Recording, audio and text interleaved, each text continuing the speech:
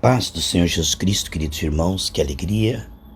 Continuamos com essa série falando da importância da espiritologia na ajuda da psicologia, discorrendo sobre a excelente mensagem que o pastor Riclave trouxe domingo, do contraste entre Caim e Abel, de nós estarmos pela graça. Olha essa transição carne e espírito, juízo final, arrebatamento iminente, a importância de estarmos com as vestes limpas, azeite transbordando, com arrependimento sincero, não sermos como Caim, que é a tendência de grande maioria dos que apenas, vamos dizer, frequentam denominações, mas Abel é um adorador que tem comunhão diária com o Senhor, não só momentos religiosos. Aqui em Gênesis capítulo 4, versículo 6 diz: Então lhe disse o Senhor, por que andas irado? Tá vendo? Quantos cristãos que andam irados, irritados, cheios de mágoa, ódio, contenda, inveja, malícia, cobiça, avareza, coração totalmente entulhado, contaminado. Olha como é que estava o coração de Caim. Por isso Deus não aceitou o que ele fez. Porque antes de Deus aceitar a obra, ele precisa aceitar a nós, né? E nós somos aceitos agora em Cristo. Nós somos aceitos agora por causa do sangue e por causa do temor no Espírito. Nós vamos falar sobre isto. A importância de estarmos tomando a graça não em vão, mas sim para santificarmos, porque nós somos salvos para a santificação. Deus tem um propósito na minha e na sua vida, amém? Precisamos compreender que a justificação sim é pelo sangue, mas a santificação, ela é essencial na vida do salvo, para não extinguir o Espírito, para não dar lugar ao diabo, para não retroceder. Vemos que Paulo diz em Filipenses 3,9: Eu não tenho nada para apresentar a Deus com minha justiça, senão a Cristo. É óbvio que o Espírito Santo tem liberdade para nos santificar. Depois que esclarecemos essa problemática de que nosso evangelho não está baseado no nosso desempenho atual confessado, nem no mérito pessoal. O Espírito pode agir por causa do sangue e a fé no sangue. A partir disso se começa e se continua a santificação. Como diz em Gálatas 3, que eles começaram confiando em Cristo, depois tentaram se santificar por mérito e desempenho próprio, confiando na consagração. É um perigo sempre presente. Tanto a salvação como a santificação é pela dependência da graça. No entanto, como o pastor Iclau falou, a graça não vai operar se não houver um coração temente. Então veja que coisa tremenda e bonita, pessoal. Que o desempenho não é computado para a salvação, para galardão sim. Que nós não podemos confiar no nosso desempenho atual confessado porque ele é limitado. Mas nós, agradecidos pelo que Deus já fez, podemos melhorar. Podemos avançar e progredir e frutificar. Em recompensa ao amor de Deus, se espera arrependimento. A Bíblia diz em Romanos 2,4 que a misericórdia, a paciência de Deus espera e aguarda o arrependimento. Mas se não houver arrependimento, a ira de Deus sobre os corações impenitentes. Então, o coração impenitente de Caim é aquele que está usufruindo de tanta coisa boa, mas ele tem Deus por comum. Ele, como disse o pastor Reclave, é aquele que vai dar o resto para Deus. É aquele para quem Deus não é prioridade. Isso é muito forte, pessoal. Amar também a Deus não basta. Deus não divide sua glória. Quando diz amarás o Senhor teu Deus sobre todas as coisas, ou seja, de todo o coração, onde está o teu tesouro, está o teu coração, é uma coisa tão profunda que se Deus for o segundo trava tudo. Quando a Bíblia diz buscar em primeiro lugar o reino de Deus e as coisas serão acrescentadas, você vai ver que devolver o primeiro lugar para o Senhor não é uma tarefa simples. Porque aqui está toda a problemática. É aqui que o inimigo tem bilhões de pessoas na mão, através da idolatria de colocar Deus em segundo lugar. Isso é tão sutil. O diabo não se importa mesmo. Se Deus for o segundo lugar, a pessoa está contaminada. Então, desde a queda, quando Adão e Eva perderam o paraíso, porque colocaram Deus em segundo lugar. Eu também creio em Deus. Eu também confio em Deus. Eu também amo a Deus. Então, isto não é o suficiente. A graça vai então devolver o primeiro lugar para o Senhor, e é um processo maravilhoso de santificação, onde o coração vai ser substituído dos ídolos, né? Paulo escrevendo a Tessalonicenses, ele falou sobre isso. Como dos ídolos vos converteste ao Deus vivo. Ninguém vai chegar a amar a Deus de todo o coração. 0-100, é 0, 1, 2, 3, é um processo gradativo. E essa questão da queda e da necessidade, né, de nos voltarmos a Deus de todo o coração, é algo que o Espírito Santo está sempre nos ajudando. No entanto, não nos forçará. É proposto, mas não é imposto. Não é algo forçado, ele nos guia mansamente às águas tranquilas. É por isso que a grande maioria das pessoas se perdem, porque a graça dá a liberdade da pessoa escolher. Meu Deus, isso é tão forte, né, pessoal? Se Deus não desse a condição do homem escolher, diria, ele é tirano, ele manipula, ele faz do homem um autômato, um robô, uma adoração mecânica. Deus não queria. Se Deus dá liberdade para o homem escolher, e 9 entre 10 escolheram desprezar o Senhor após ele mostrar o benefício contra a lepra, é óbvio que no deserto o povo sabia usufruir das bênçãos, sabia usufruir de todos os benefícios, mas não se voltava ao Senhor. Há uma diferença entre se voltar ao Senhor para receber bênçãos, ou cargos, ou dons, e se voltar ao Senhor para se entregar, se arrepender, se converter. A maior conquista que nós podemos ter em vida é um coração inclinado, apegado. É um coração conquistado pelo Senhor. É um coração que saiu da frequência de Adão e entrou na frequência do Senhor Jesus Cristo. Essa transição de entregar o seu coração, né? Provérbios 23:26 diz, dá-me, filho meu, teu coração. Essa entrega diária é assim, você não entrega o coração para Deus, ele vai estar gemendo e vai querer suprir a sua fome com pecado, com preguiça, mundanismo, carnalidade. É assim. O coração que não for preenchido com Deus, né, ele vai ser preenchido pelo pecado, mundanismo, vaidade, sim. Como diz na ciência, os buracos negros que engolem as galáxias, né?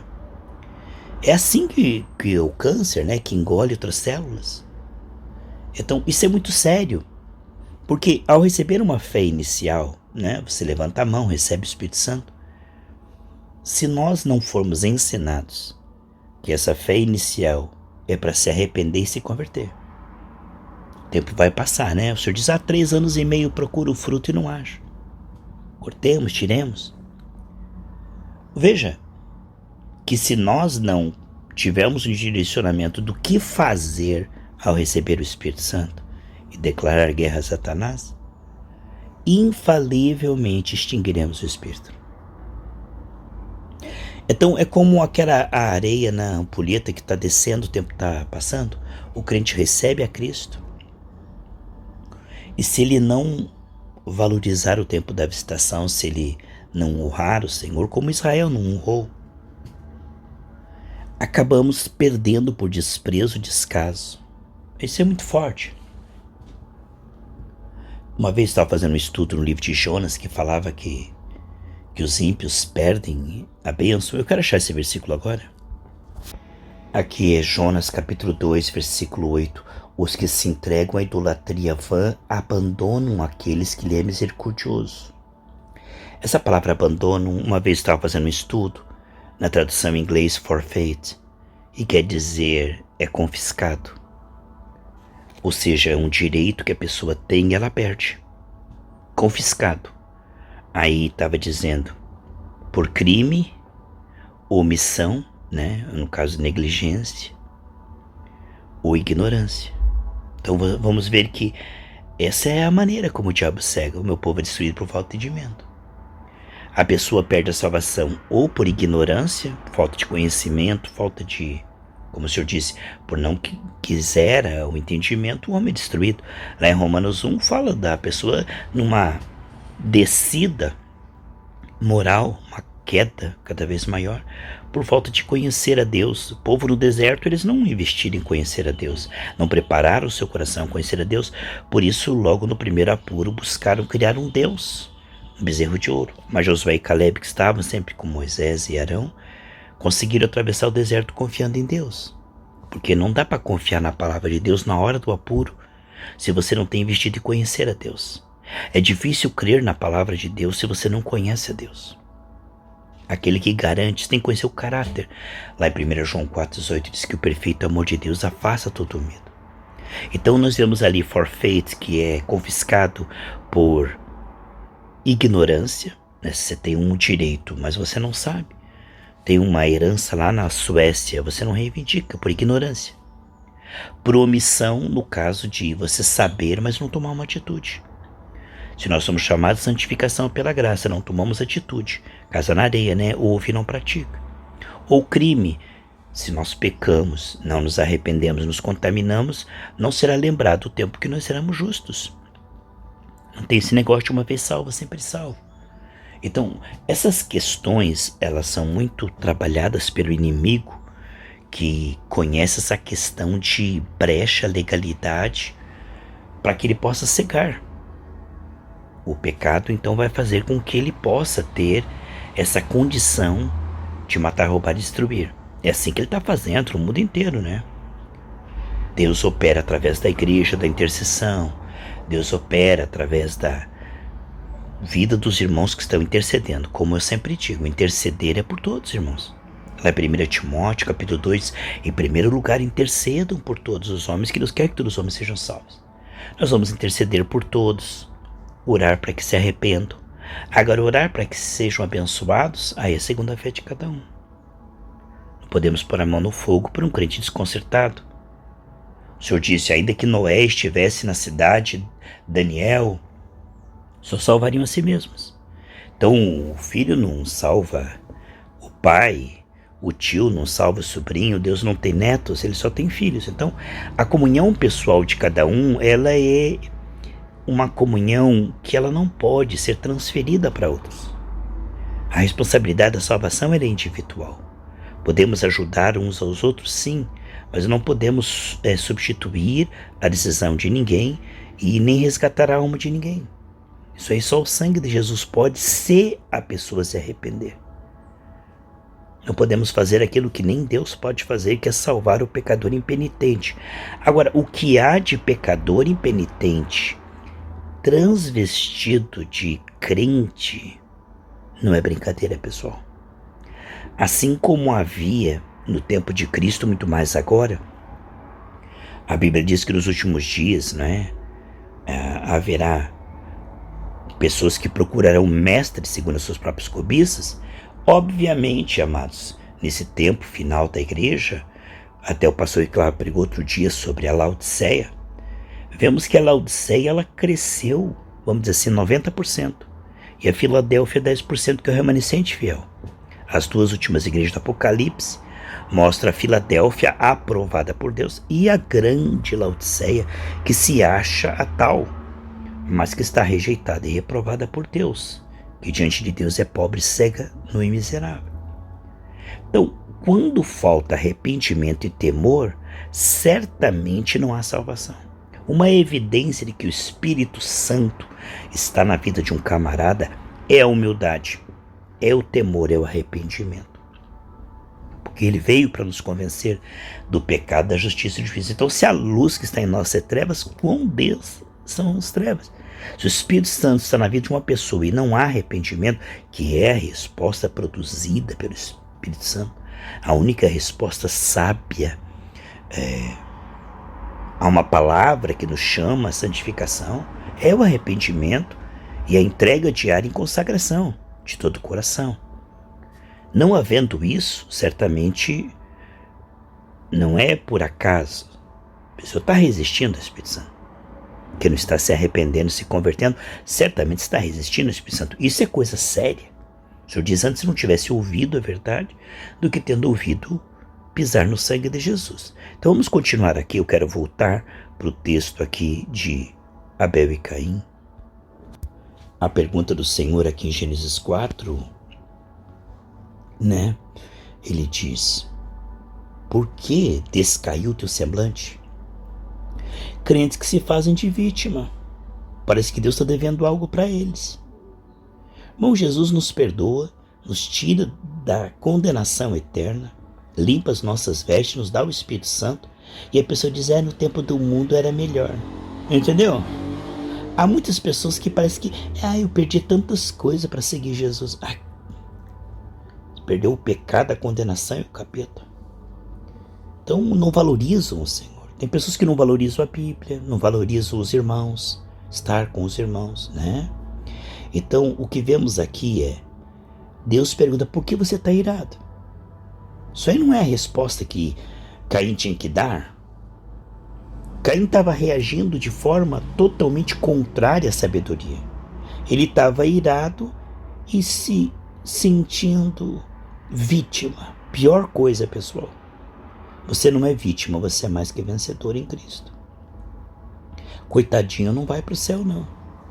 Vai ficar todo melindroso. Irmãos, a melindrosidade tem lançado milhões de crentes no inferno.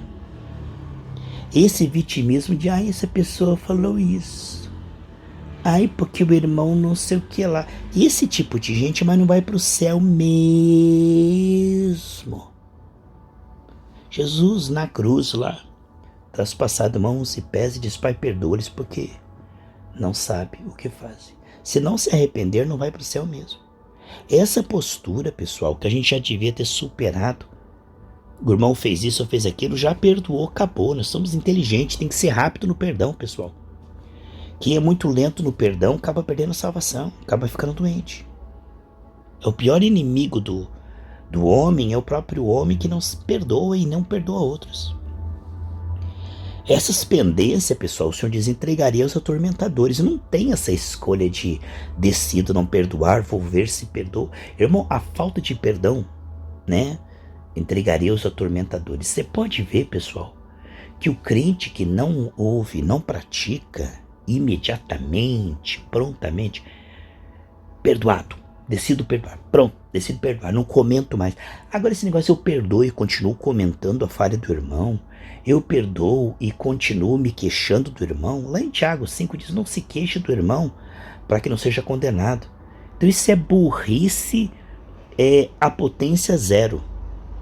Raiz quadrada a nível 100. Burrice mesmo. É não perdoar o seu inimigo, porque isso vai fazer que o diabo bata em você. Tenha legalidade na sua vida. Quando você perdoa, você não está endossando o erro do outro, nem dizendo que ele não tem culpa. Isso é entre ele e Deus. Você está dizendo: eu saio fora, você é liberto. Você solta, você é solto. A pessoa não se arrepender, ela vai pagar. Mas você não tem nada com isso. É servo alheio, quem vai julgar é Deus. Então, você sabe que se você não perdoar 70 vezes 7 rapidamente, você está se autodestruindo aos poucos. Legalidade, brecha. O Senhor disse que não perdoa, né? Lá no Pai Nosso diz: perdoa-nos assim como nós perdoamos. Então o crente que não perdoa, ele está aberto a apanhar do diabo. Irmãos, nós fazemos mais mal a nós mesmos quando não perdoamos do que a pessoa fez, porque ela está lá na dela. E essa questão da gente dizer que perdoa e continua se queixando, ou a gente fica chateado com as falhas do irmão, da irmã, essa imaturidade custará o inferno. Pode ter certeza que as maiores hordas do inferno são para crentes ingênuos. É muita burrice não perdoar e se queixar e ficar exigindo que as pessoas nos amem. O Senhor não prometeu isso. O Senhor nos chama para amar os nossos inimigos. O Senhor nos chama para perdoar rapidamente, né? Se uma cobra estivesse mordendo você, quantos segundos você ia deixar ela te mordendo? Você tiraria imediatamente antes dela morder, não é assim? Cada segundo está entrando veneno. Então, quer dizer, se nós não compreendermos que essa imaturidade é uma decisão, você sabia? Eu vou ceia após ceia após ceia. Aí o pastor Enclave prega, irmãos, na ceia do Senhor, não come dignamente o pão e o suco, que isso vai piorar na sua vida 7 vezes mais. Né? Então eu ouço vez após vez após vez. Casa na areia, né? Eu ouço sobre o perdão e pratico melindrosidade. Ai, o irmãozinho fez isso comigo. Ai, irmãzinha, não sei o que lá, não sei o que lá. Esse tipo de crente está desqualificado. Ele é um coitado. É um pobre miserável. Porque, irmão, se nós não vencermos a melindrosidade, não vence o demônio. O demônio dá risada. Ele fala, o crente ouviu sobre o perdão e está magoado. O crente ouviu sobre abençoar os seus inimigos e ele está lá se queixando. Ele é tolo, porque ele constrói essa casa na areia mês após mês. A casa cai e ele vai lá e constrói de novo na areia. Se você for ver, pessoal, a grande maioria ouve e não pratica. Aqui Caim era o momento dele se arrepender. E um abismo chama outro abismo. Ele ficou irado. E ele descaiu o semblante. Aí Deus disse, se você proceder bem, não é certo que serás aceito? Tá vendo? Só que Deus avisa, se procederes mal, eis que o pecado já está à porta. Olha, tem um laço preparado para você. O teu desejo será contra ti. Então isso que você está desejando na carne aí vai te prejudicar. Mas cabe a você dominar isso aí, hein? O que Caim faz? Ele sai dali e faz o contrário. Ele vai lá e mata o seu irmão por inveja. Depois que Deus aconselha ele, ele faz 100% o contrário do culto, da live. Você está entendendo? Você está vendo, meus irmãos? É assim que é a regra. Exceção é um Abel aqui, um Abel ali. Mas Caim construiu uma cidade. É uma multidão de Caim. E não adianta agir como Caim e dizer que é evangélico. Ou se arrepende ou vai ter o mesmo destino de Caim. Quero falar nas partes superiores, mais para frente, né? Sobre lá o que dizem Judas, sobre Caim, né? Olha só. Então as pessoas não sabem responder o mal e vencê-lo com o bem. Lá em Romanos 12, 21 diz vencer o mal com o bem. Se a gente empatar ou perder para Satanás, já era, meu irmão. O Espírito Santo está em nós para a gente vencer. E aqui a resposta de Caim foi tão tola que custou o inferno. Ele se achava, né, inteligente, mas olha o que havia no coração dele. Engano. Porventura não está enganado o que faz o mal? Você vai vencer o mal da pessoa, deixando o mal dela penetrar no seu coração? Aí você foi contaminado. Porque a injustiça deve produzir em nós perdão, senão nós somos contaminados com ira, contenda, mágoa, ressentimento. Irmãos, o corpo vai adoecer sem dúvida. Precisamos compreender que a vida está cheia de injustiça. E Deus está vendo e fará justiça no tempo certo. A Bíblia diz no Salmo 37, não te indignes com os malfeitores. O que vemos é que, no caso de Caim, é uma lição para nós, ele não ouviu a Deus, não se arrependeu. Por causa dos seus sentimentos errados, se transformou em atitudes erradas. Se nós não corrigirmos os nossos sentimentos carnais, eles se transformarão em atitudes carnais. Do vitimismo, mimimismo de Caim, virou em coitadismo, e de coitadismo, álibi para ter inveja e exterminar o seu irmão. Está vendo? Então aqui está o caminho da serpente, cabeça e a cauda, o fermento dos fariseus. A pessoa ela vai ficando tão cega que isso vai fazendo com que ela tenha uma concatenação, ou seja, uma sequência de pensamentos que cria uma ideia totalmente equivocada. A premissa está errada. Na mente de Caim, tudo que ele estava fazendo era sábio e justo, mas estava numa premissa errada. Sabe quando você acha que você tem razão? Ah, mais pastor, mais não sei o que lá. Sabe quando você tem explicação? Eu vou te explicar por que eu tô chateado, magoado. Eu vou te explicar por que eu não perdoei. Eu vou te explicar por que eu tô tão bravo. Quer dizer, você está num sofisma.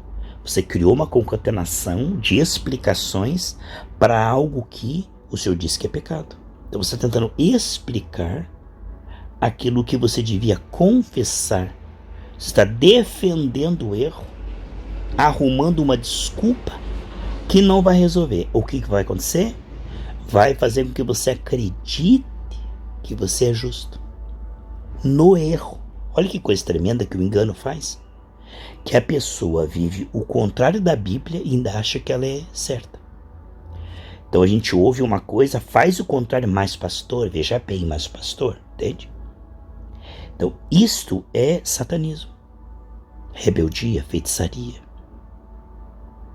Se nós compreendêssemos a profundidade da rebeldia, que é ir contra a espada da palavra, como Saul foi e se tirou sua vida. Se nós pudéssemos ver a profundidade que é o mundo espiritual quando uma mente é engambelada por Satanás. Quando uma mente ela entra na frequência, sabe? De acreditar na mentira, amar mais as trevas do que a luz. Não, eu tenho prazer em ser ruim, perverso, ressentido, eu gosto de me fazer de vítima, eu gosto que as pessoas me amem mesmo, eu gosto de ser o centro das atenções, eu quero, sabe essa ideia de tratamento VIP? Melindrosidade é, essa pessoa não tratou como eu mereço, eu merecia ser mais amado depois de tudo bem que eu fiz, sabe, é a soberba muito grande que faz com que nós pensamos que merecemos, senão o desprezo. Jesus disse, olha, o mundo vai te desprezar. E nós esperamos tratamento VIP. A gente espera o que Deus não prometeu. Colocamos nossa carência na aceitação das pessoas, na opinião das pessoas, ao invés de colocar 100% a nossa fonte. Todas as minhas fontes estão em ti. Quando nós esperamos das pessoas aquilo que elas não podem dar, porque elas são imperfeitas como nós, na condição humana, a alma está sarando, né? Então quando fazemos das pessoas a nossa fonte, dependemos do amor das pessoas, estamos ferrados. Claro que Deus nos dará aqui e ali amigos, se a gente não colocar isso como fonte, a gente temer a Deus, Deus vai afastar os falsos, na hora certa, aproximar os verdadeiros, Deus vai. Mas se nós colocarmos a nossa carência em pessoas, isso já é uma idolatria, uma desobediência. Deus não prometeu carinho das pessoas, tapinha nas costas. Igreja não é lugar de fazer amizade, igreja não é lugar de ter amigos, de ter carinho, de ter consideração. Não, igreja não é isso. Igreja, em primeiro lugar, eu digo. Em segundo lugar, até Deus dá amigos. Em segundo lugar, até Deus dá realmente coisas boas. Mas isso nunca pode ser o alvo, isso é a consequência. A gente tem que ir na igreja para se arrepender, se converter, pôr o rosto no pó, receber oração, sabe? É isso, igreja é lugar disso. Igreja, ninguém vai no hospital para receber carinho das enfermeiras, mas sim o tratamento para sair da doença, não é assim? Eu saí do hospital, interrompi o tratamento, por quê? Porque a enfermeira me olhou torto, porque a enfermeira não trouxe o café na hora certa, a enfermeira não me falou áspero, né? Bem capaz mesmo. O que tem a ver o tratamento da enfermeira com o tratamento do hospital? Você tem que suportar isto para que termine o tratamento, né? Então assim a igreja também, o que o irmão faz ou deixa de fazer é perdoar e abençoar, é esquecer e não comentar, porque irmão, se nós não vencermos esta pedrinha, como é que a gente vai vencer uma montanha, né? Se a gente não puder vencer isso que é básico, amor e perdão é o ABC, você faz uma bolinha, puxa uma perninha, agora você aprendeu o A.